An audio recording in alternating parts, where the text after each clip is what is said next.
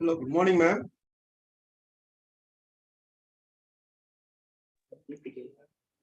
Good morning, Dr. Good morning. Zayapragassarazan. How are you, ma'am? Is my audio? Is my audio Very clear? good morning. And thank you. Okay. And Thank can you hear me? Yeah, ma'am. But your voice is distorted. Really? Okay. Now it's clear, ma'am. Yeah, we were trying to YouTube link. We were trying to sync it Okay. for people to watch it on that. YouTube. Now it's Okay. clear, isn't it? Yeah, it's clear. Yeah. Because it's live streaming. So that will be done. And your slides you will share. You got my slides, isn't it? Can I just try sharing the screen?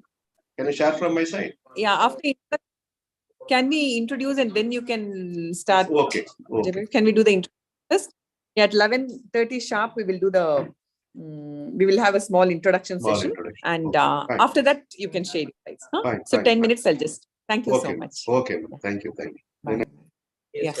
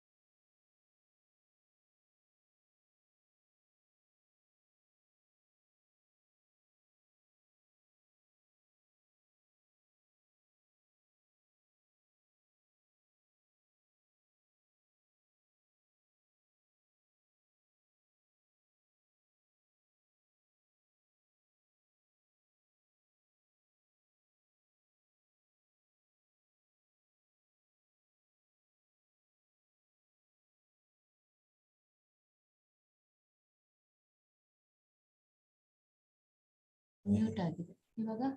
Hello doctor Vinita.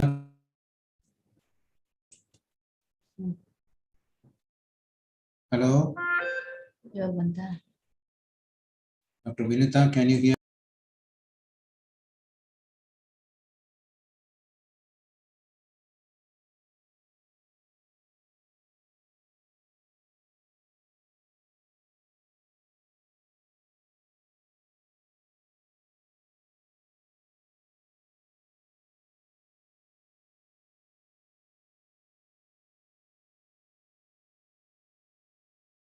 ಇವಾಗ ಇಲ್ಲ, ಏನಿಲ್ಲ.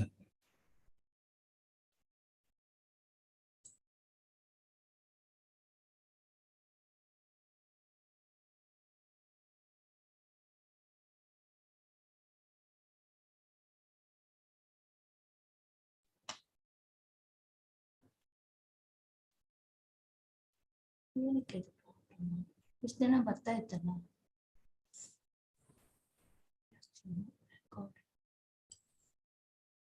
Chat ಕೊಡ್ಲ? ಕೊಡಿ.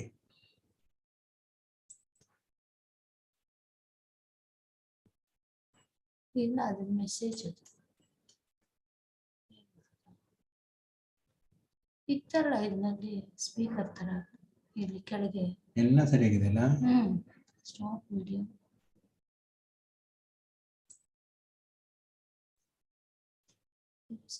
Right, ಇದೇನೋ ಗೊತ್ತಾಗ್ತಾ ಇಲ್ಲ. ಇಷ್ಟು ದಿನ ಆಗ್ತಾ ಇದೆ. ನನ್ನ ಫ್ರೆಂಡ್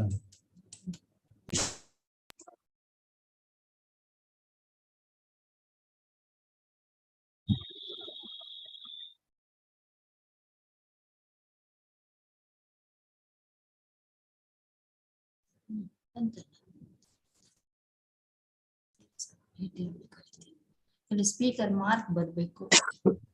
ಯಾರು ಕೆಮ್ತಾ ಇದ್ದಾರೆ? ಬರ್ತಾ ಇದ್ದಾರೆ. ಹಲೋ ಹಲೋ, ಕೇಳಿಸ್ತಾ ಇದೆ. ಅಲ್ಲ sir, doctor Vinita is yet to join. So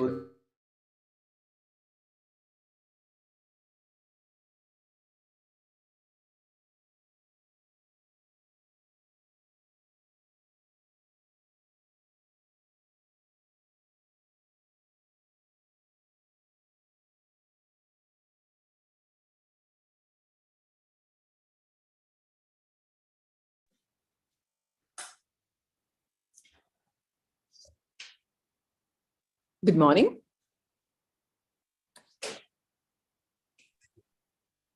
Good morning, everyone. I take this opportunity.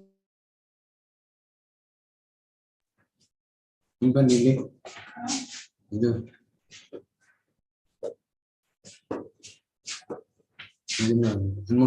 Unmute ಮಾಡಿದೆ. ಇಲ್ಲಿ ಒಂದು ಆಪ್ ಬರ್ಬೇಕು ಸ್ಪೀಕರ್ ತರ, ಅದು ಬರ್ತಾ ಇಲ್ಲ. We can't hear you, Dr. Vinuta. Yeah, can you hear me now, sir? Now I can hear. Yeah. Good morning, everyone.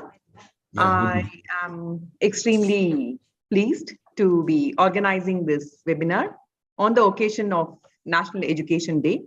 And for this, we have an eminent expert, Dr. Zayapragassarazan, who has consented to deliver a session for us on educational technology. And University Center for Health Professions Education of Sri Zayapragassarazan Academy of Higher Education and Research has been conducting National Education Day in alignment with theme for the past few years. And to talk about National Education Day, I request Mr. Naveen to take the podium.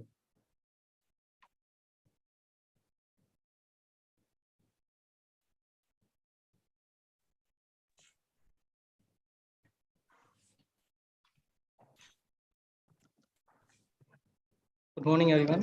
Myself, Naveen, assistant professor from Department of Physiotherapy. I'm here to give a brief outline on National Education Day. It is celebrated every year on November 11 to mark the birth anniversary of Maulana Abul Kalam Azad.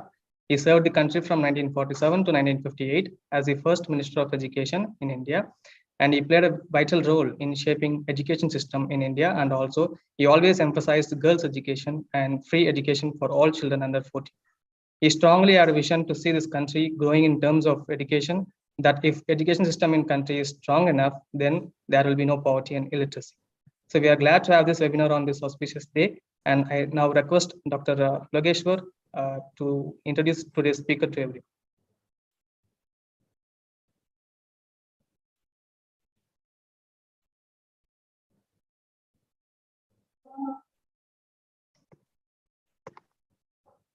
So good morning. Myself, Lokeshwar, Assistant Professor from Speech Language Pathology.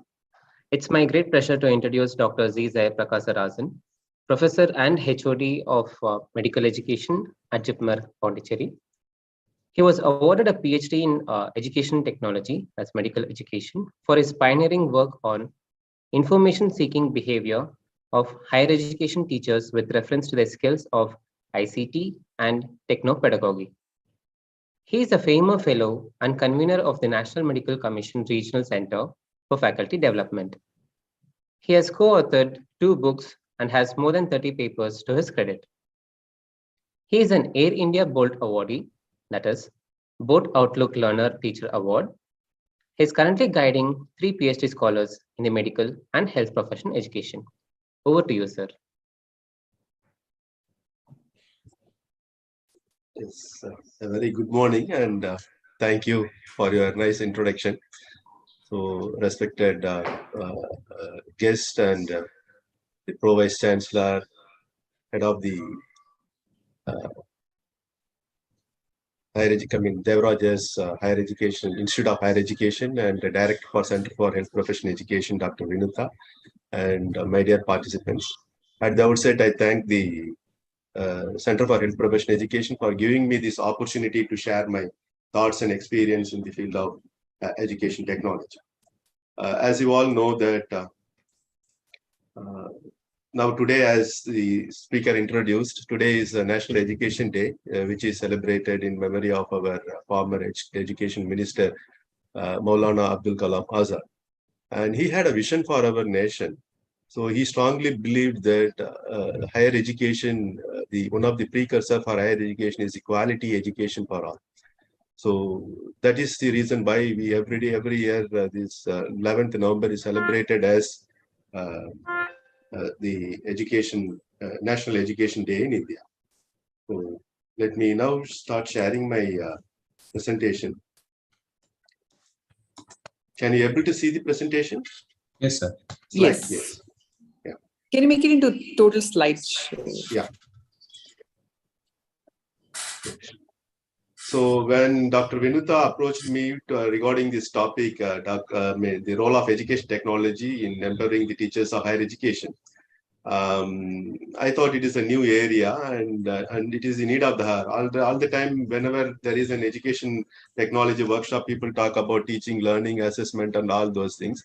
But this seems to be really an attractive topic and a need of the hour.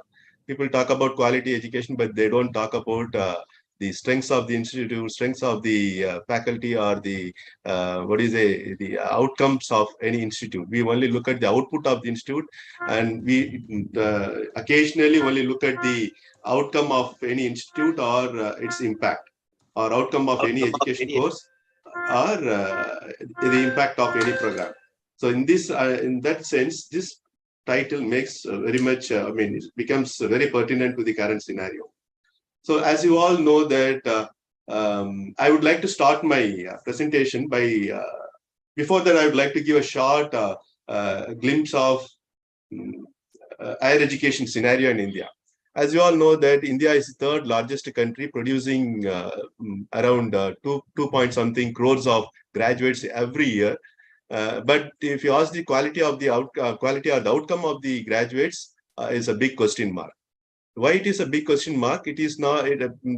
There are. I think you would have seen in newspapers every day. Some or other news comes in the newspaper about the quality of higher education, and most of these news says that higher education in India is at crossroads. When you say crossroads, there are a lot of challenges that that currently the higher education in India is facing. So that way, I would like to introduce my first slide. So if you look at the history of education technology, it has gone through 4 revolutions. The first revolution is the changing the responsibility of education from parents to teacher and from home to school. As you all know that some centuries back, there were no schools, and the concept of education, the children were brought up, or children were brought up by the parents. But now, after the introduction of the concept of education, the role of the responsibility of the education from parents to teacher and from home to school was the first revolution. And the revolution 2 happened when the replacement of oral instruction with written words. After the written words, as you would have studied in history and I think where people drew pictures on the caves, or they started writing. They wrote documented things on leaves, dried leaves, palm leaves, all those things. So that was second revolution where people started documenting things. So that is second revolution in education technology. And the third revolution is invention of printing press and subsequent availability of books. So this, everyone will agree that because of this, information explosion happened, and still now, till date, books are one of the main source of information for many of us, and almost 99% of people still depend on the printing, the printed books. In that way, printing press and the subsequent availability of books were considered as the third revolution. And coming to the current revolution, which is the fourth revolution, the invention of electronics that led to the application of mass media and ICT, which we call it as the gray revolution. Gray here refers to the gray matter of the brain. So now this revolution has posed a lot of challenges to all sectors, to education, higher education, to the industries, to corporates, to administrators, to managers. So it has created a lot of, because within a short span of time, this gray revolution has every day some are new advancements are taking place in ICT or in mass media, and that poses a lot of challenges for the employers also, for industries and employers. So earlier what happened is the colleges were less and the graduates were less, and whatever graduates we produced were they became direct input to the industries or to the other sectors for which they are prepared for. But now what is happening is, if you look at the current scenario, this is just a short, quick statistics about the Indian higher education. This is about the academic year 2019 to 20. There were about 1,043 universities and number of 42,000 plus colleges, and standalone institutions are 11,000 plus, and total higher education institute 55,165 higher education institutions were there in the year 2020. And the enrollment ratio is around 3 crores 85 lakhs something. And teachers in higher education were 14 lakhs 88,000. But if you look at this quick statistics about the Indian higher education scenario, nearly 2.4 crore people, 2 crore 40 lakhs of graduates are passing out every year in India. But what is the fate of these graduates? Are they easily employed by the companies? What about their employability? There is a difference between unemployment and employability, or employment and employability. Employment is the availability of job, or after taking there are openings for jobs. But employability is the nature of an individual, the characteristics of an individual where he or she can be placed for a particular job. So if you talk about the employability, it's a big question mark, because only less than 40, not even around 40, only 40% of our Indian graduates are possess employable skills. So rest 60% of the people don't have this employability skill, and that is why it has created a big challenge to all sectors. Why? What is the reason for this? Because there is a mismatch between the expectation from the industry or the employers and the employability skills of the graduates.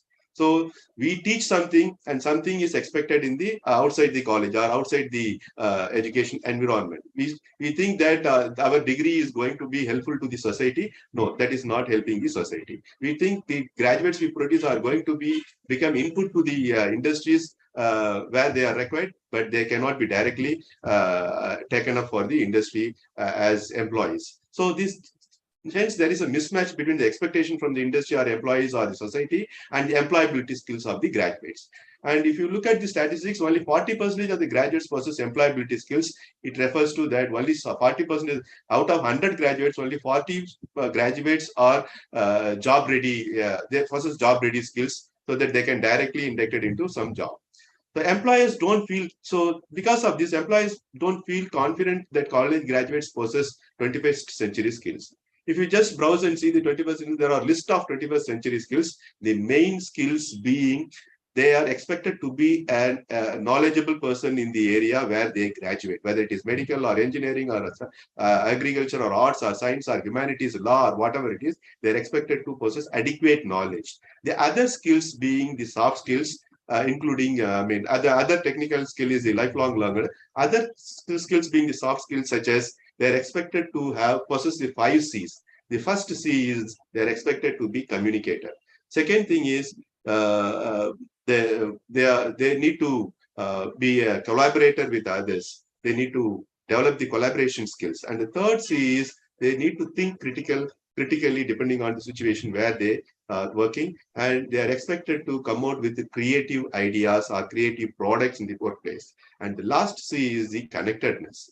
So without now, the networking is the order of the day. Social networks are there, and whether it is social network or physical network, all the employees are expected to possess these 5 skills. 5 C's, especially they are called as predominant 21st century skills. So communication, collaboration, critical thinking, creativity, and connectedness. So if you look back and then see the curriculum of all the graduates we produce in India, so most of these curriculum are centered around the content, or centered around the knowledge and little about skills. But the third category, that is the attitude or the soft skill part, is totally neglected. And that is the reason why there is a mismatch between the expectation from the industry or the employers and about the employability skill of the graduate. Now, what is the next way out? So, and the companies also feel that the students are not empowered to think, reason, solve, create. So companies are looking for students or for employees who can think independently, reason out problems, identify issues, solve problems, and then create some new products and integrate their learning experience or integrate their old work experience and bring out a new work scenario in their workplace, and so on. So here the word empowerment is very important. This was identified by the employers, because the ultimate goal of any graduate program is to what? It should help them to earn their living bread. If that is not going to earn their living bread, so there is no use of creating such undergraduates. So we need to look at how empowered are our graduates. When you talk about empowerment, so what is the meaning for empowerment? So it says that in academic sense, empowerment is the academic setting, it is the approach and practice of supporting learners to become able to shape their learning and study for a sustainable future. So in academic sense, empowerment is the approach. It is both the process as well as outcome. When you say process, what actions our learners exhibit or elicit, or you can elicit from our learners. So that is the process part. When you say outcome part of the empowerment, it is how empowered are they to undertake a job, to execute a job, and to prove themselves. So empowerment is both a process as well as outcome. So it is in academic sense, it is the approach and practice of supporting learners to become able to shape their learning. Please underline the word. They should be able to shape their learning and study for learning and study for a sustainable future. They should be self-reliant. So, but now the current situation is entirely different. The youths of India are totally dependent on something. Either some men or metro or event or something else, but they are not self-reliant. And this situation should change. As I said, empowerment is both process and outcome-based. So when you say process, it is the action of the individual. And when you say outcome, it is how empowered they are or how disempowered they are. Certain educational programs totally, instead of empowering the students, sometimes they also cause the reverse thing, that is disempowerment. So when you say an education program, it should be totally aimed at empowering the learners. Okay. Now, in what way this empowerment is going to help any educational institution? So how empowerment can take place? So empowerment, can students automatically gain empowerment? No, because teachers are the custodians of these students, and they are not only students, teachers are the custodians of the future, isn't it? So teachers have enormous power. Unless teachers are empowered, they cannot transmit the power, or they cannot empower their learners. So what is meant by teacher empowerment? as it applies for the learners, teachers should be able to shape their own learning and identify. I mean, should be able to sustain their future in their profession. That is called as empowerment of teacher. So an empowered teacher is one who would be more willing to give control over the learning process to those engaged in it. So as a teacher, most of the time we used to hold on everything, the content, the way we teach, we decide everything. But that should change. We should be able to delegate responsibilities to the students, and students should be able to take responsibility for their learning. We have to design the educational program. We have to design our learning events. We have to design our educational encounters in such a way that students gain autonomy, or students should be able to identify the area of learning, and then they should be able to progress in their own, and they should be able to say that they have achieved the stated goals. That is called as empowered. So when a teacher becomes empowered, suppose if you, I mean, what goes to make an institute, an empowered institute? Only if the institute has teachers and students, empowered teachers and empowered students, automatically the institute becomes an empowered institute. So that is the need of the heart. When you say empowerment, it is not only for the student or not only for the teacher. The ultimate aim is we want to have an empowered India. If we say empowered India, you should have empowered manpower. If you want to have an empowered manpower, you need to have empowered institute. If you want to have an empowered institute, you need to have empowered teachers. And definitely, if you have an empowered teachers, definitely you will have empowered students. So now how are we going to empower the institute or this thing? So how empowerment is going to help the teachers and the institute? So an empowered student develop the competence to take charge of their growth and resolve their problem. Similarly, an empowered teacher will contribute to the empowerment of the institute. Now, so how we empower the students, the institutes? Let us look at that one, empowered institutes. So higher education institutions are expected to produce skillful, competent graduates with working knowledge and skills in their field of study and with problem-solving abilities and creativity. So this is how the higher education institutes are. It is otherwise called as a measure of index of higher education institutions to check whether they are empowered institute or not. So any institute that are capable of producing skillful, competent graduates with working knowledge in their area of discipline and who possess skill in the field of study with problem-solving abilities and creativity. And if any institute that is capable of producing such graduates, such institutes can be called as an empowered institute. Now, what goes to make such empowered institute is it empowered teachers, So students. So empowered teachers create empowered students, so that contributes to the empowerment of the institution. So, and finally, the empowerment leads greater sense of intrinsic motivation and self-confidence among teachers and students. So, what is the outcome of this empowerment? So, it gives intrinsic motivation. It is not extrinsic motivation. Extrinsic motivation is truly for reward.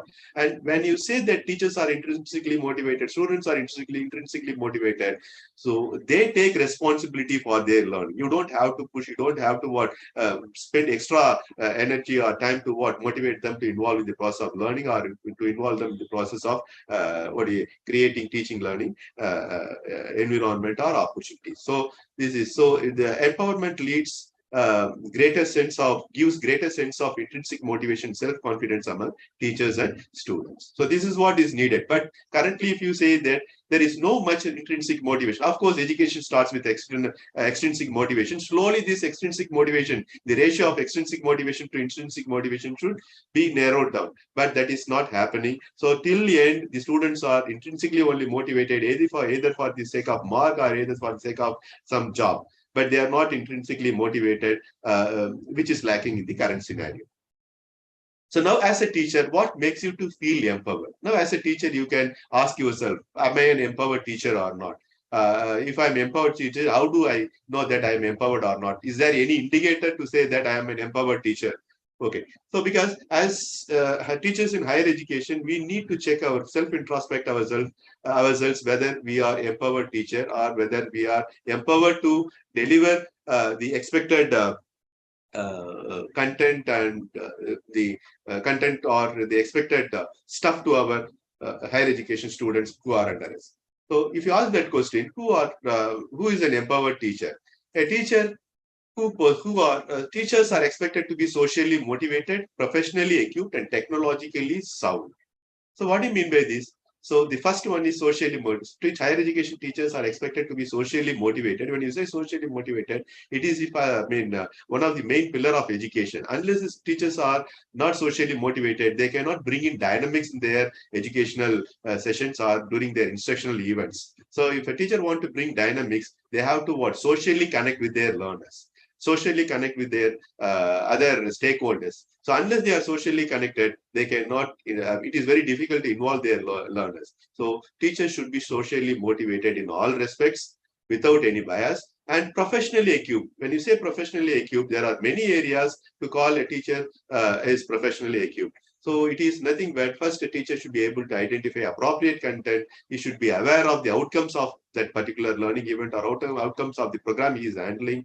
And he should be able to measure the progress of the students, and he should be able to use appropriate tools, appropriate teaching learning methods, appropriate assessment methods, and he should be able to evaluate whether the program is successful or not. And the teacher should be able to audit their teaching learning events, audit their educational programs. So all these things makes the teacher professionally equipped. When you say it is professional, the teachers should take responsibility. I mean, teachers become accountable for students' learning. So this accountable is possible only if teachers make the learning process more dynamic, and if there is more, when there is an appropriate mechanism for assessment and appropriate methods are followed for teaching and learning.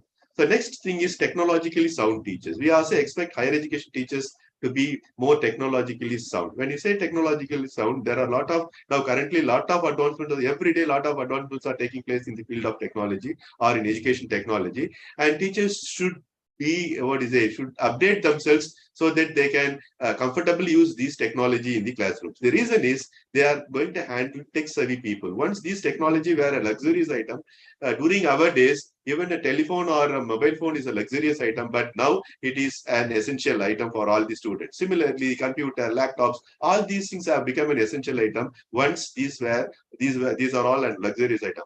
And what I mean to say here is, as higher education teachers, we are going to handle, or we are handling tech-savvy people or well-informed students, so that as teacher, we need to develop the technological skills so that we can very easily approach or reach the students in their own style. So that is why, as teachers of higher education, we need to be technologically sound. Knowing the technology, applying the technology, evaluating the technology is again an important thing. And knowing whether the technology is available, if available, whether it is accessible for all, and if it is accessible, whether it is affordable for all, and if it is affordable, whether it is acceptable by the students or not. It is not just like for the sake of using technology.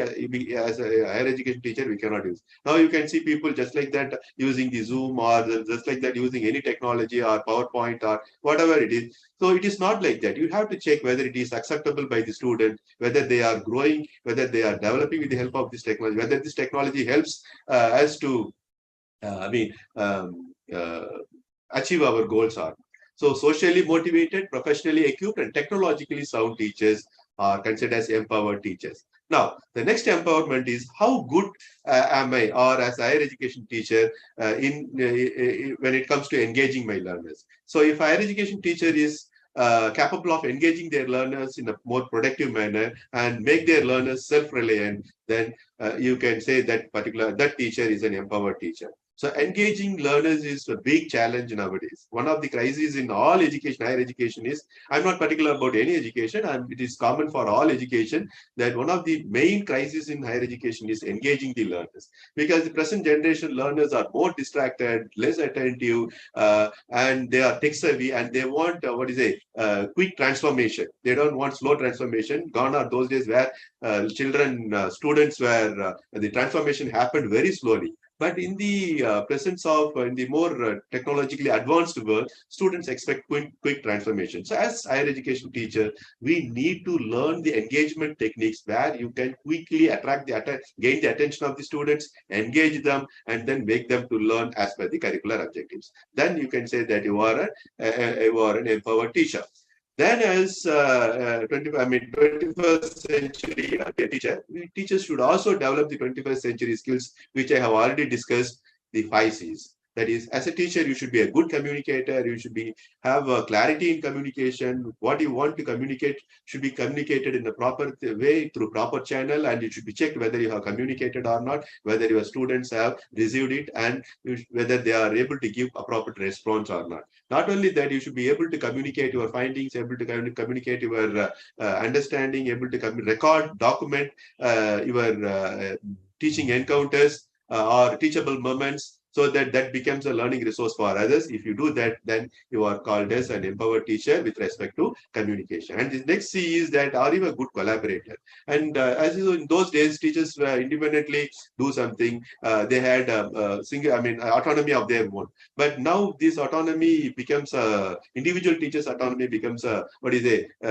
it is not questioned, but always a shared decision making will be more effective when it comes to our teaching. But as I earlier mentioned, that the current generation student expect more from these teachers, and as a single teacher, it may not be possible for us to give the expected stuff to our learner if we work independently. Suppose if you can collaborate with other teachers, with other institute, other department, and with giving multifaceted dimension or multi-dimension angle to the content, then you become a collaborator. Then you can call that you are an empowered teacher, and your students will also like you. So that is the second one. So first one is communication, second one is collaboration, third one is critical thinking. So as a teacher, you need to understand which are all the critical learning events, which are all the critical teaching points, what teachable moments I can create, what teachable moments I can utilize to teach these critical contents. So usually we go with a PowerPoint with all the stuff in that, and then just read and then finish the class. No, that is not the way an empowered teacher will do.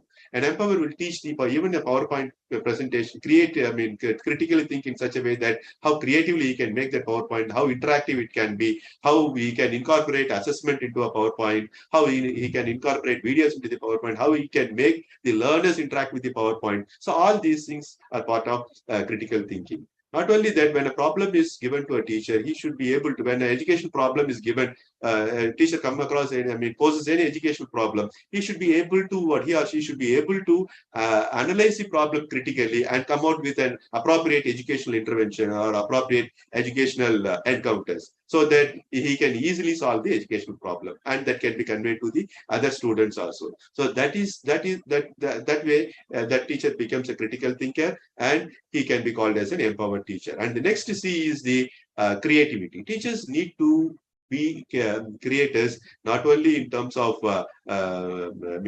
in many terms, I can say. So they always only look at the content, but they don't look at it in the creative angle, that how they can present the content in a creative manner. So same content in different formats. So teachers of the 21st century are expected to be creators, not just the consumers of other resources. Usually, in the previous decades or in the last some 20, 30 years back, only we are fully dependent on the textbooks. There is no other way. Now there are a lot of other sources available, and now public domain has a lot of sources for a single topic. And as a creative teacher, we can see how best we can create a new resource out of the existing resource. That way you become a creative teacher. So the current generation students don't want a consumerist teacher. They want their teacher to be more creative, whether it is PowerPoint or writing on the board or interacting with them or creating a scenario or whatever it is.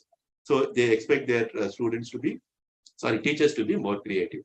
That is the fourth C. And the fifth C is the connectedness. Teachers are expected to be more connected to their networks. So all teachers now it is the world of the social network, and no one can be there without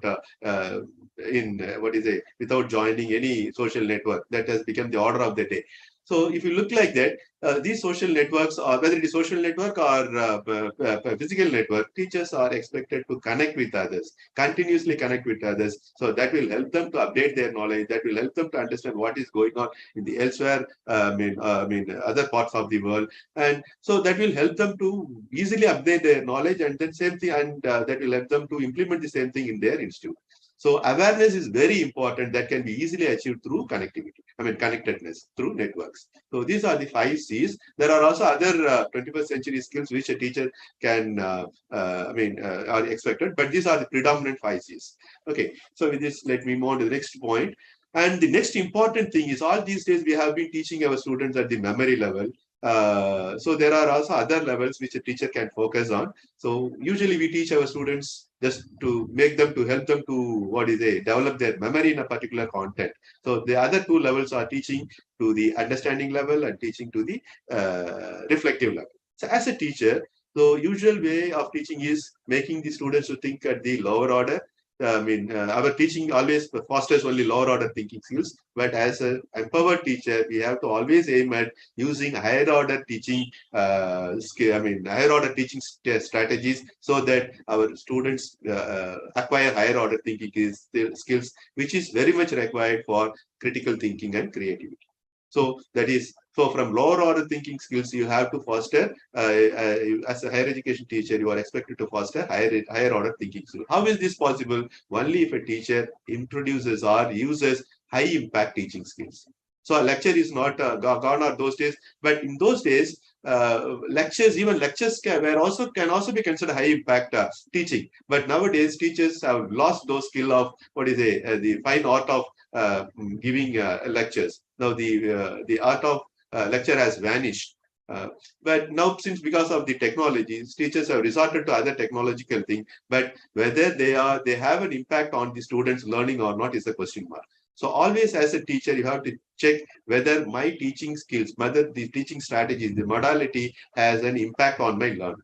So whether it has a less impact or high impact, always choose to resort to certain methods that can have a high impact on your learners' learning. So that is called as high impact teaching skills. One of the high impact teaching skills is giving a project work, small group discussion, making them into pairs and then applying a technique such as think, pair, and share, or making them into small group and then applying the technique of jigsaw method. These are all high impact teaching skills where you can produce evidence for your students' learning, and that is what is expected from an empowered teacher. So usually as teachers, we don't look at the evidence for our students' learning other than the summative marks. But there are a lot of other evidences which a teacher can generate as well as present to their students, so that students get intrinsically motivated to involve themselves and take responsibility for their learning. So these high impact teaching skills will help the teacher to promote higher order thinking skills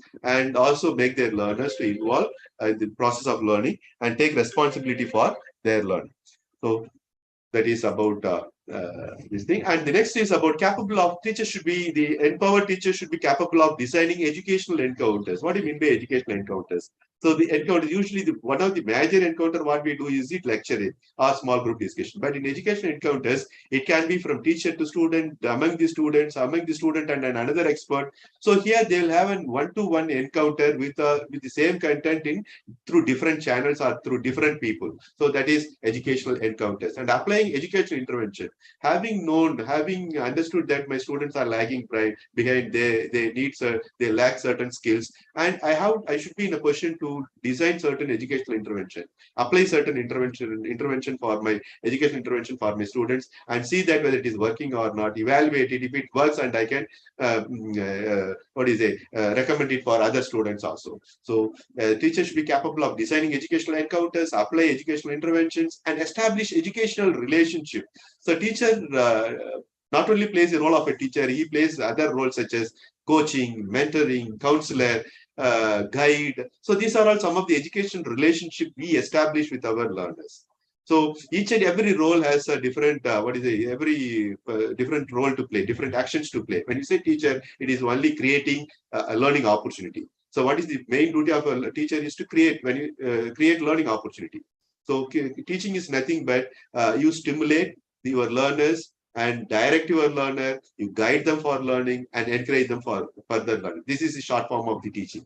Stimulation, direction, guidance, and encourage for further learning. So all these can happen only if we create learning opportunity. So the other definition for learning can be creating learning opportunity. As a teacher, main responsibility of yours is to create learning opportunity. So that way, you can develop an educational relationship as teacher. Then second thing, as a guide. So you can guide your students during their course of learning. You can correct them. You can do course correction, as well as all these things are guided. And you can also play the role of a mentor. You can just walk with the learner and then see how they are progressing. And then you can handhold them for some purpose. And slowly you can release them. And then when they become independent, check whether they are able to perform certain tasks. That way you become a mentor. And then you also do the job of instructor in a laboratory or in a skill lab, or sometimes you also play the role of an instructor where you instruct your learner and make them to progress from beginner to become an expert. And you also play the role of a coach. You coach them in different aspects, as a coaching of a swimming institute, swimming class, or coaching of a cricket team. You just look at what type of abilities or characteristics or attributes they have. So if you have all these abilities and characteristics in you, then you can call yourself as an empowered teacher. And once if you are an empowered teacher, and you will be able to take appropriate educational decisions. So here, educational decisions is when you face when a problem is faced with respect to teaching, learning, or assessment, or with classroom management, or institutional management, administration. So with all these qualities, you will be able to take a better decision. And if it is a shared decision, then it will be more welcoming. So these are some of the qualities of an empowered teacher. And apart from that, you are also expected to be to handle the socio-cultural gap and the digital gap. Nowadays, students because of this privatization, urbanization, or globalization and liberalization, what happens is there is a lot of divide in the socio-cultural setup. Isn't it? As a teacher, now you can't. In those days, if you go to a school, you will find only students of the local region, local community. But nowadays, it has changed. So you find even from different nations, different states, different community of things. So as a teacher, you should be able to accept the diversity, student diversity, understand the student diversity, and you should try to minimize the socio-cultural gap. Then only you can say that you are an empowered teacher. And the next thing is about the digital divide. I have mentioned this already. The current generation students are tech-savvy people, and they expect their teacher to be more tech-savvy than them. Then only you can guide them. So definitely there will be a digital divide will be there between us and our students. So we should always try to see how we can minimize that digital divide so that we can reach our students to achieve the goals. Now, what is the role of education technology? In what way it can help our teachers to get empowered? So if you look at the role of the technology, if you say education technology, it is not only education technology, it is a eclectic blend mixture of educational science as well as the technologies, techniques and strategies. That is from that the term education technology is derived. It is a field of study that investigates the process of analyzing, designing, developing, implementing, and evaluating the instructional environment, learning materials, learners, and the learning process in order to improve teaching and learning. So as an empowered teacher, if you say that you are a technology, you know something about educational science, you are familiar with similar science, if you want to apply education science in your day-to-day teaching learning activities, then you should be able to analyze content, identify content, analyze the content, design appropriate method for translating the content, develop certain methods or strategies to deliver the content, implement it, and evaluate whether it is working or not. And if it works, you proceed, give further improvement. If it is not working, you say to take an alternate route. And design education. You should be able to assess your learning environment and create conducive learning environment for your learners. And you should, as an empowered teacher, you should be able to create new learning resources for your learners. And that way, you can improve your teaching and learning, and you can call yourself as an empowered teacher. Now, let us see what are the roles that empowers a teacher. So this is a popular diagram. All of you would have maybe familiar of this diagram, which is called as the roles of a higher education teacher. So this has different roles. The first role is the information provider. When you say as a teacher you are an information provider, basically you should be a good information seeker. Unless if you are a good information seeker, you cannot be an effective information provider to your learner. So what is the difference between information seeking provider? Information seeking is as a well-versed teacher or the experienced teacher, empowered teacher, you should look for evidence-based teaching practices. So that is the ultimate aim of information seeking behavior. Your information seeking behavior should be always look for evidence-based teaching practice. Then you will naturally become an empowered teacher.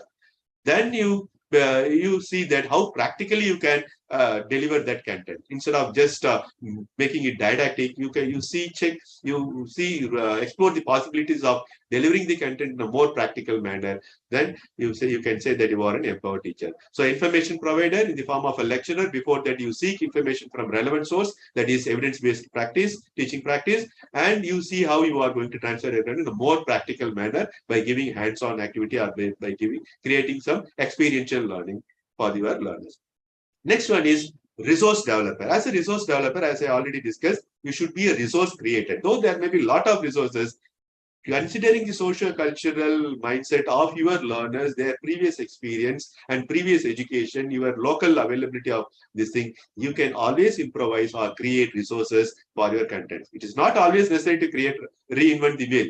But if you think there is a possibility to create research, definitely if you could create, then you become an interesting teacher or you become an empowered teacher to your learner. Then study guide producer.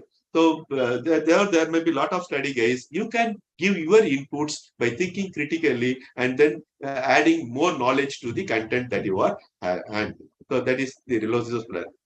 And next, you should be able to plan your teaching sessions. When you say teaching, there are 3 stages: pre-teaching, teaching, and post-teaching. So many of the teachers think that it is a 1-hour job. No, it is not a 1-hour job. And it is not just engaging your learners for that particular session alone. You can start engaging your learners even before you deliver your lecture. So that is the pre-teaching stage. So as a planner, educational planner, you should be able to chart out make a good lesson plan, so that lesson plan will help the teacher to identify the content, what he is going to teach, what are the objectives, how he is going to teach, and how he is going to involve the learners, engage the learners with what he is going to engage, and how he is going to evaluate the performance of the learners. So all these things will help, will be part of the plan. So during the pre-teaching, the students, you will know who are your students, what are you going to teach, and how you are going to teach. And even before that also, even during the pre-teaching stage, you can share resources for your learners with regard to the content that you are going to do next day or after some time in the lecture session. So that is the pre-teaching. And during the teaching, you see how you are going to engage your learner, be interactive in the classroom, whether it is you are going to use PowerPoint, that also can be made interactive. Take feedback every now and then at regular intervals so that you can check whether your students are with you. And there are different techniques in technology to get the feedback from on-the-spot feedback from your students. That is also part of the education technology. And after teaching, don't think that your teaching students, teaching ends or learning ends in your classroom. So it should continue even after the classroom hours. So give them some activities so that the home tasks, so that they can carry home the message and then work on that and build on that knowledge which they gained in the classroom. So that way you can promote them as the lifelong learner also. So you give them an additional resource, ask them search for additional resource. So that way that also becomes part of planning. So as a course organizer and curriculum planner, you should be in a position to identify appropriate proper teaching plan, teaching learning plan for your students. Then the next thing is the curriculum evaluator and student assessor. So collectively it is called an assessor. You are also expected to play the role of an assessor. So when there are different things, when you say assessor, it is collecting information about your learner.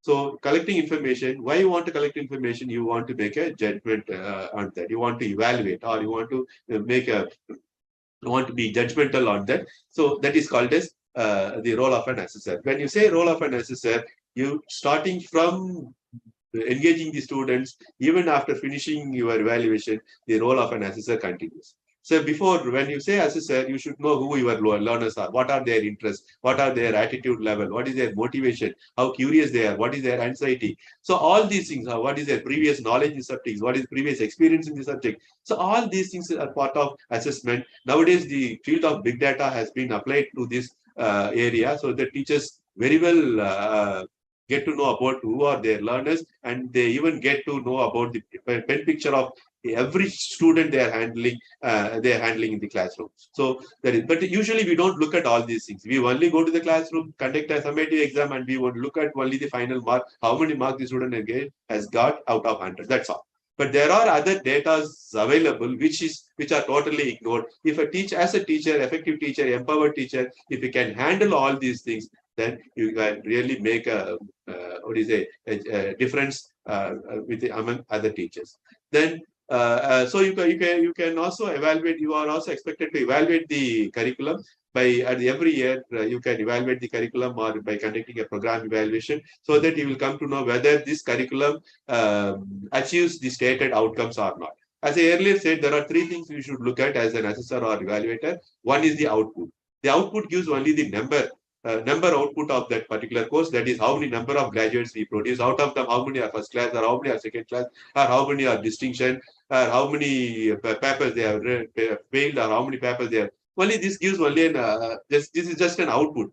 But when you look at the outcome, which is stated in the curriculum, that is in terms of behavioral behavioral outcome. How many of my students are able to perform the task given in the curriculum, are able to demonstrate certain skills that is given in the curriculum.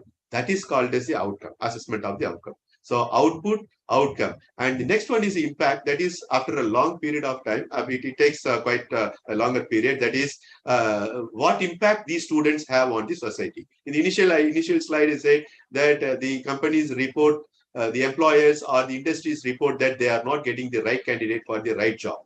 So there is something wrong with the education system, isn't it? So the graduates we produce are not making any impact on the society. So that is the third outcome we have to look at. So when you say outcome or course curriculum evaluation, one is the output, second one is the outcome, third one is the impact assessment. So that is the role of a. If as a higher education teacher, if you are able to do this thing, then you can say that I am empowered teacher. Then you also play the role of a mentor or a role of a facilitator, where you perform the role of a learning facilitator during the classroom, and you also guide them throughout the course. There you play the role of a mentor. And you also demonstrate yourself as a good role model in front of your student. So do only good things, do only acceptable things, desirable things in front of your learners. Thereby you prove that you are a good teacher as well as a good on-the-job role model for your teacher. So if you are a teacher, classroom teacher, your teaching behavior and teacher behavior should be acceptable for your students. So you are teaching the techniques you use, the way you organize the session, the way you engage the learner, that is the teaching behavior. The way you present yourself, the action you do, the gesture you do, that is the teacher behavior. So teacher behavior and teaching behavior makes you to become a good teaching role model. And in your workplace, how you behave with your other stakeholders or other members in your college or with other members in the society, then you prove yourself as a good role model. So these are all some of the things, are the pertinent things that makes a teacher to gain empowerment over their profession. Then such teachers can call themselves as empowered teacher. So they initially they play the role of a subject expert. Then they become an action-oriented teacher in the classroom, and they should be able to create resources. They should be able to plan their lesson, come out with new curricular inputs, and they should be able to evaluate and assess and evaluate the program. And apart from that, they should have a continuous contact with the students by mentoring and guiding them. So subject expert, teaching expertise. So initially the teacher becomes, all of a sudden, all these things will not happen. As a teacher, you start with a new teacher, then you become an experienced teacher, then you become an educational leader. So a new teacher enters as assistant professor or a lecturer. Then after 5 or 6 years, they become an associate professor or professor after 10 years. Then they become an education leader. By now, you have to continuously check whether you are empowered as per the level you have, as per the position you carry with you. So once you reach the professor, or once you are given a higher senior position, you become an education leader, where you should always check whether you have acquired all these qualities and whether you are able to demonstrate yourself. Show yourself as a good role model to other junior teachers and for your students. So that way you become an education leader. And finally, if you become more and more senior, then you become a policy maker. You cannot be a policy maker unless you fulfill all these qualities. Because nowadays policymakers, just like that, someone is identified as a policymaker and they create policies and create confusion in the educational environment. So this is how a policymaker grows in an educational environment or in an appropriate education setup. So that is called as empowerment. You slowly acquire empowerment. You become a teacher, new teacher, experienced teacher, educational leader in a setup, and you become a policy maker. So these are all the indicators to say that you are an empowered teacher. Now coming to another technological thing, which you call it as a TPAC framework, which will definitely help you. This is a very simple framework. Usually as teacher, we concentrate on the content that we are going to teach. Always we worry about the content, what I am going to teach. Always as a teacher, you should only think that how I am going to teach. What I am going to teach is now it is not a matter, because everything is available on net and students can learn on them. They can identify, if you give them the curriculum or syllabus, they can learn on their own. But how you are going to teach, that matters. That makes a difference among other. I mean, when you compare yourself with other teachers, and that makes you your learner to get more involved in their learning, and they come closer to you, so that it is easy for you to involve them in any learning task. So the first one is the content knowledge. As a teacher, you are expected to first familiarize with the content knowledge as per the curricular objectives. So familiarity, this is always happening. This is happening everywhere. Even I mean, still centuries are. It is a century-old thing. When you call yourself as a teacher, you are a subject expert. So whether subject expertise alone is enough? No. So you should also learn to integrate this content with the pedagogy. So pedagogy is nothing but the science and art of teaching. How am I going to what methods and materials or what techniques and strategies I am going to use to transfer this content, transact this content to my students. So that becomes content and pedagogical knowledge. So content knowledge first, independently you should be able to identify the content, and you should be able to identify appropriate methodology for transacting the content, and you should be able to identify appropriate technology to transfer this content. So content, these three are independent: content knowledge, pedagogical knowledge, knowledge of technology that you are going to use. So there are a lot of technologies available. So which technology will appropriate for that particular content? A teacher should be able to identify that and then apply it. So that is the technology knowledge. Having possessed this knowledge, now a teacher should be able to integrate this. First, you have a knowledge and see how which method, teaching learning method you are going to use, that gets integrated with the content and pedagogical knowledge. Content knowledge and pedagogical knowledge. Suppose if this content knowledge and pedagogical knowledge is integrated with appropriate technology, then it becomes techno-pedagogical content knowledge. So this Venn diagram will clearly show 7 elements. One is content knowledge, second one is the pedagogical knowledge, third one is the technological knowledge, next one is the pedagogical content knowledge, techno-pedagogical knowledge, technological content knowledge, and together the center part. So once if you can, out of experience, if you can establish all these things and you become an expert, then you can say that you are applying this framework in the right way. That is techno-pedagogical content knowledge. So whenever you choose a content, you check whether this framework works for that content, or you try to apply that content in this framework so that you can very well, cater to the needs of your learners very easily. So this is one technological application. So in the previous slide, there are different technology that will help a teacher to perform these roles. So if you take curriculum evaluation or assessment, you have a lot of digital tools available. And even out of the classroom hours also, anytime, anywhere you can do an assessment, and you can make recordings and then put it in the YouTube or other sources so that your learners can easily access those resources. It's not only during your lecture class. Even if they miss your lecture class, they should be able to access all those things. There are different softwares available for storing your lectures, and then you can show them develop proper attitude by showing some unconventional learning methods like movie clips or cinemas or some cartoons or say crossword puzzles. There are different unconventional, because you are dealing with a heterogeneous group. The students whom you are dealing are not same with respect to their knowledge, intelligence, attitude, aptitude, whatever it is, the curiosity, the anxiety, the motivation level, all these. Each and every student is like a fingerprint. So if you want to create a legacy of your teaching, you should take into consideration all the characteristics of your learners, and accordingly identify certain techniques and technologies, incorporate it into your teaching learning method, that you can definitely prove yourself as an empowered teacher. So I'm repeatedly saying that empowered. So empowerment is something that not all teachers possess. Teachers, all of us are teachers, but some teachers are engaging teachers. They engage their learners. But why they engage? Just like that engage. So this engagement should what? Make your learners an empowered learner. So only as an empowered teacher, you can convert your engagement into more empowered.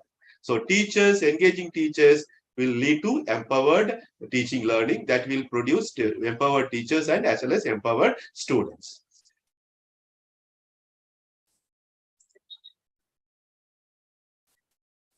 So next, now you can ask me one question. I mean, sir, what are the guiding questions? How can I prepare myself to become an empowered teacher? So here are some of the guiding questions, but they are all very pertinent. You should this will help you to ponder over when you think of empowerment.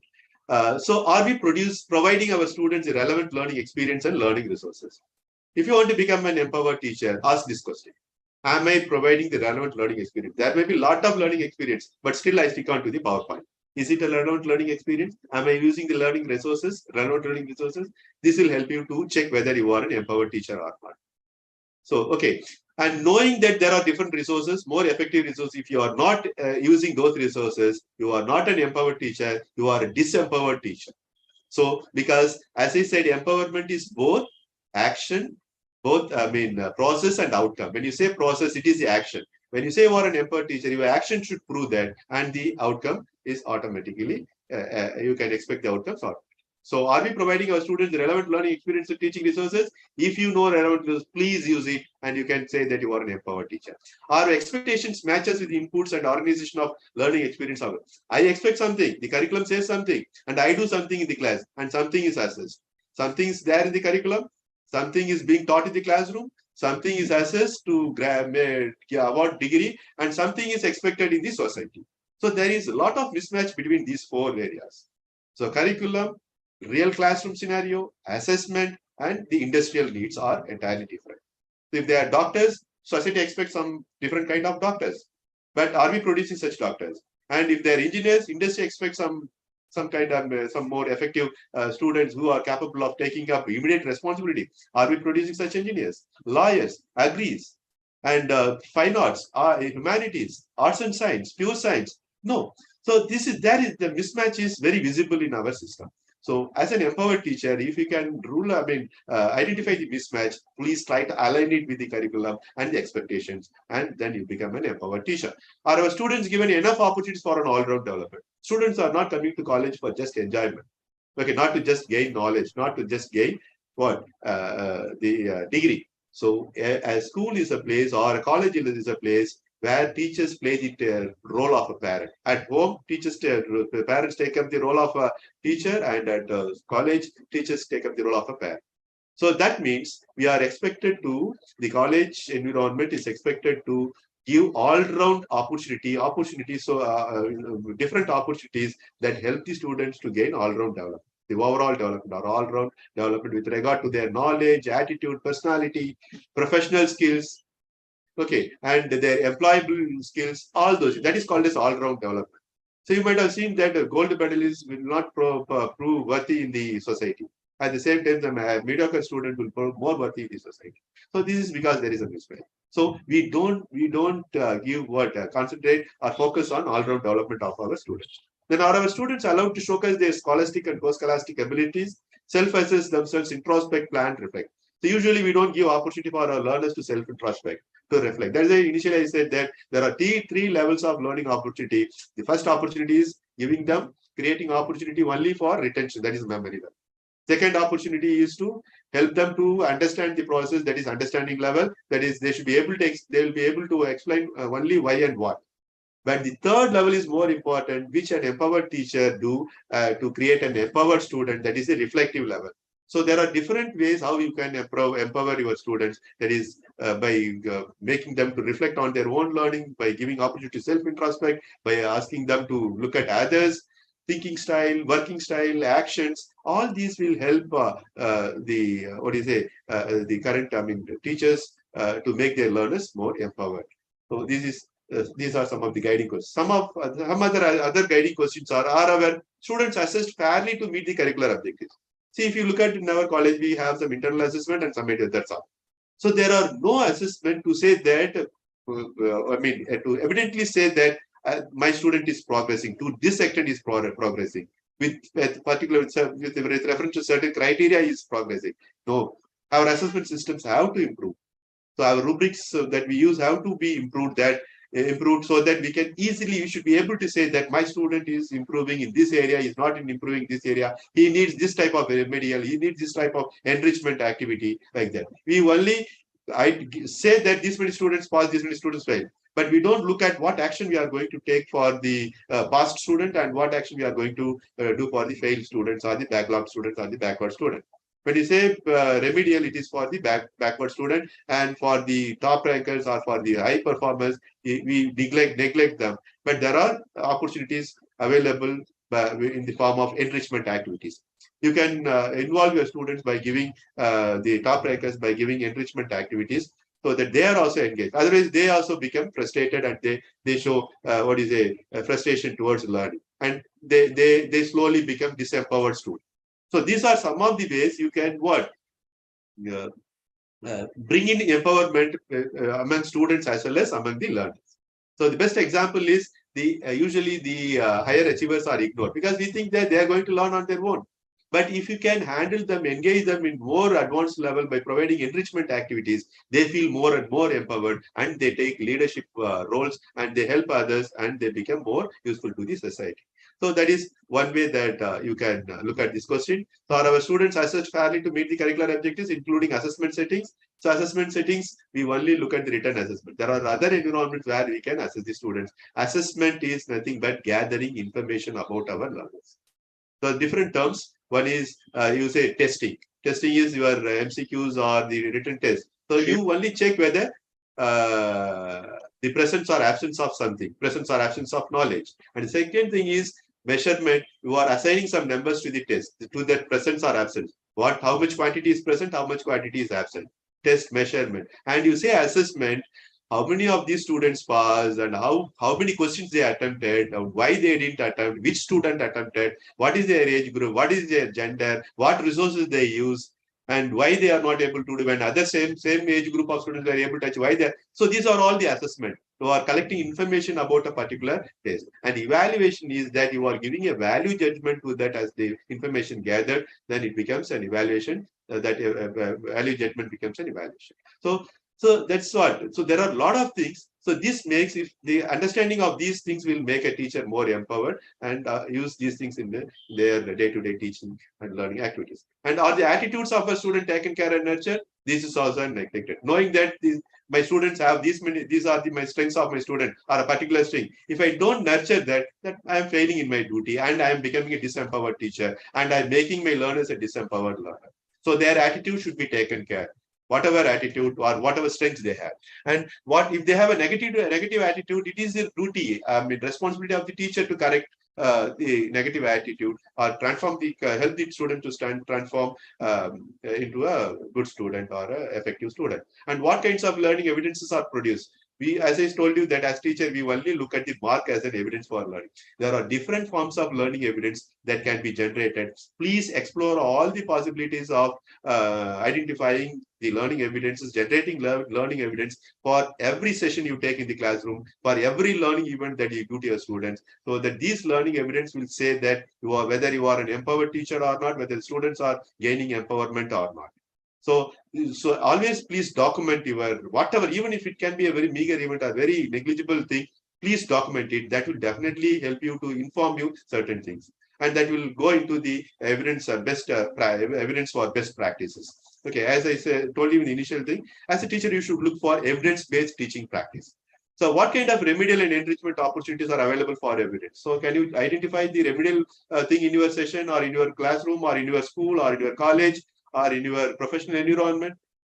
So how are we giving remedial? So if you look deeply into this, definitely that will have a very good impact on your learners. And what enrichment activities you have for your better learners. And how far is the education system accountable for our students? That is the very important, most important thing. As a teacher, we think that we are not accountable for students' learning, but it's not correct. So as teachers, we are accountable for students' learning.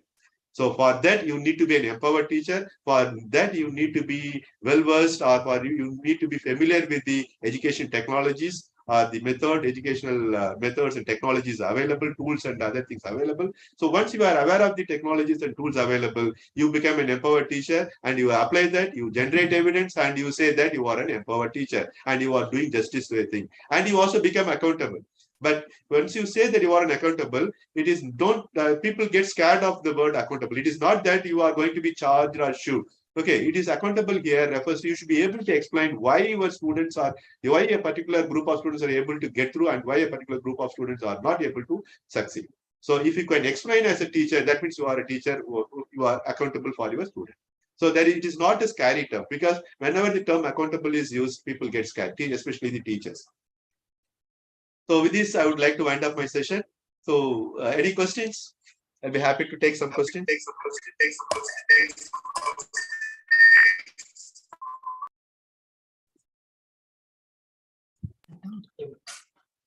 Thank you so much, Dr. Zayaprakasarazan, for that really very informative. Can you hear me?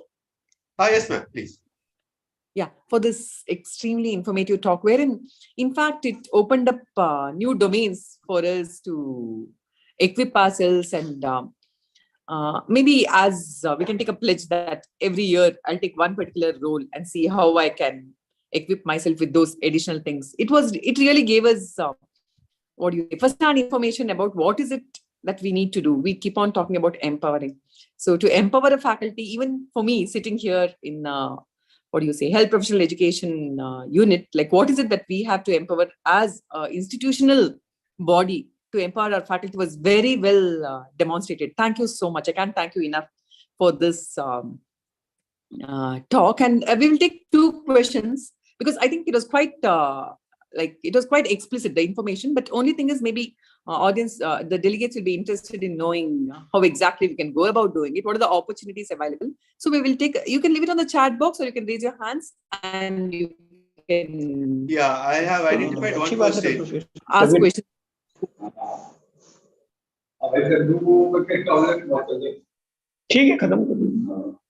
Sorry, there is a question in the chat box. It's very pertinent. I don't know the administrator. Yeah, administrator Yes. post. Yeah, during our times, we were socially motivated learners by default, and teachers too were empowered. That was the expectation of being a learner in higher education. Now, the more we are buying in expensive technology, trying hard to use it to the advantage of, yes, this is a thing. What do we mean by empowering students to be motivated? Yeah, are not they supposed to be motivated? So this is again, we can expect motivation from the learners, but there are studies that shows that as soon in the beginning stage of their higher education, most of the students are motivated. As they move towards the higher education ladder, they lose their motivation for some or other reason. So, for example, the professional college students, I mentioned about engineering and medicine. Studies say that the initial years or the initial months, they are motivated, and after seeing the learning experience, which is not interesting, or which is not interactive, or they don't get opportunity to practice with real patient, or practice in the real industrial scenario, or practice with the society, they lose their motivation. So here is what the intervention is needed. And as an empowered teacher, you should be able to identify whether my students' motivation level is sustained or not. So first you assess their initial motivation, and we have to regularly check their motivation level is sustained or not. If it is not sustained, we have to find some means and measures to sustain and improve their motivation. That is one way we can look at this particular issue.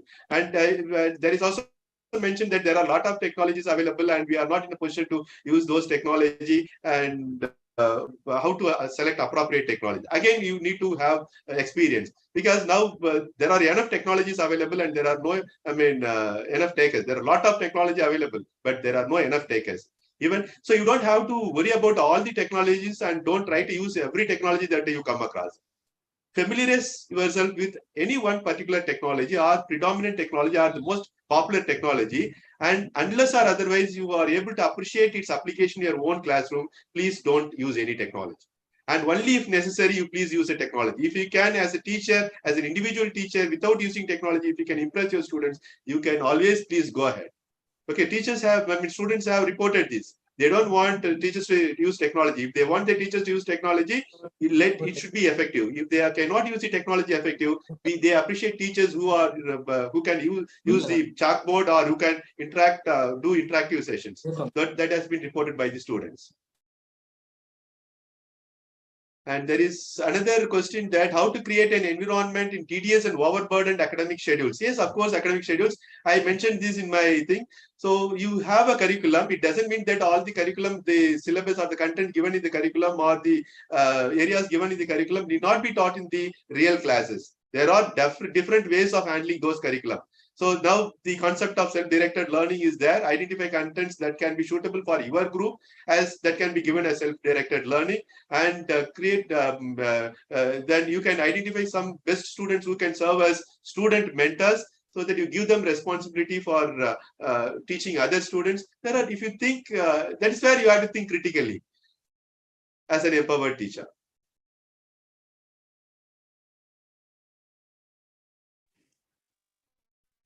So is there any other question? I think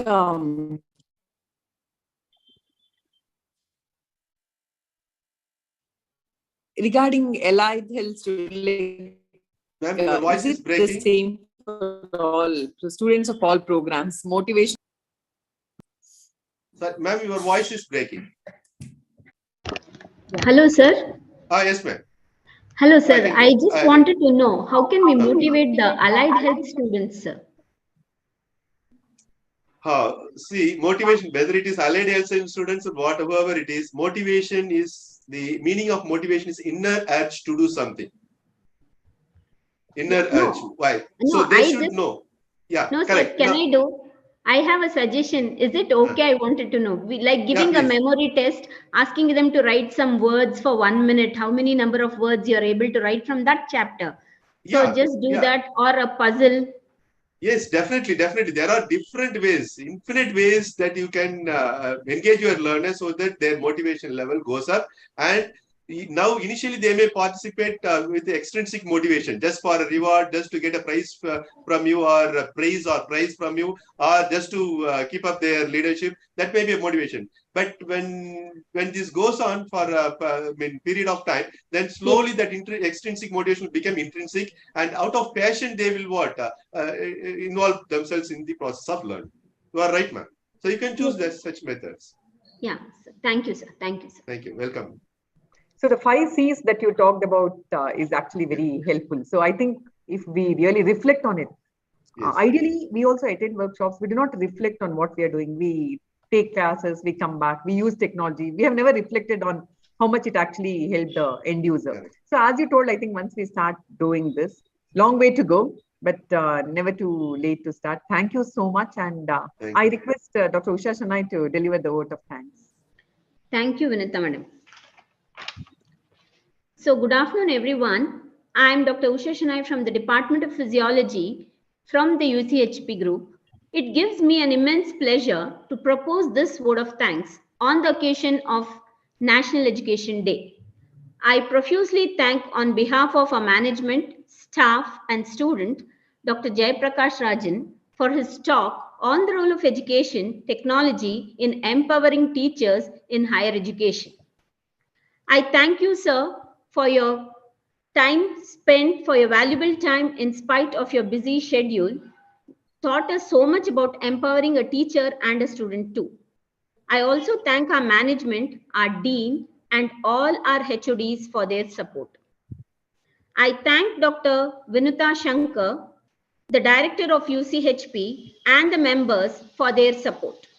Finally, I thank all the participants for attending this program and making this webinar a memorable one. Thank you, sir. Thank you very much. Thank you, ma'am. I thank the organizers for giving me an opportunity, and I thank Dr.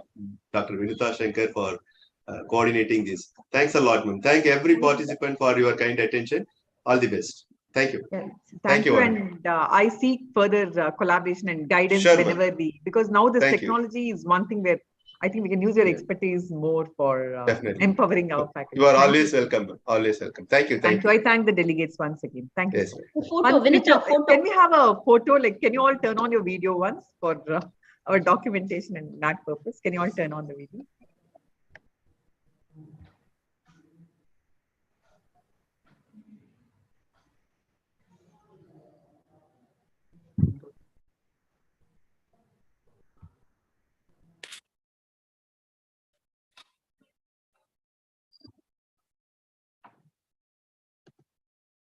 First one, first.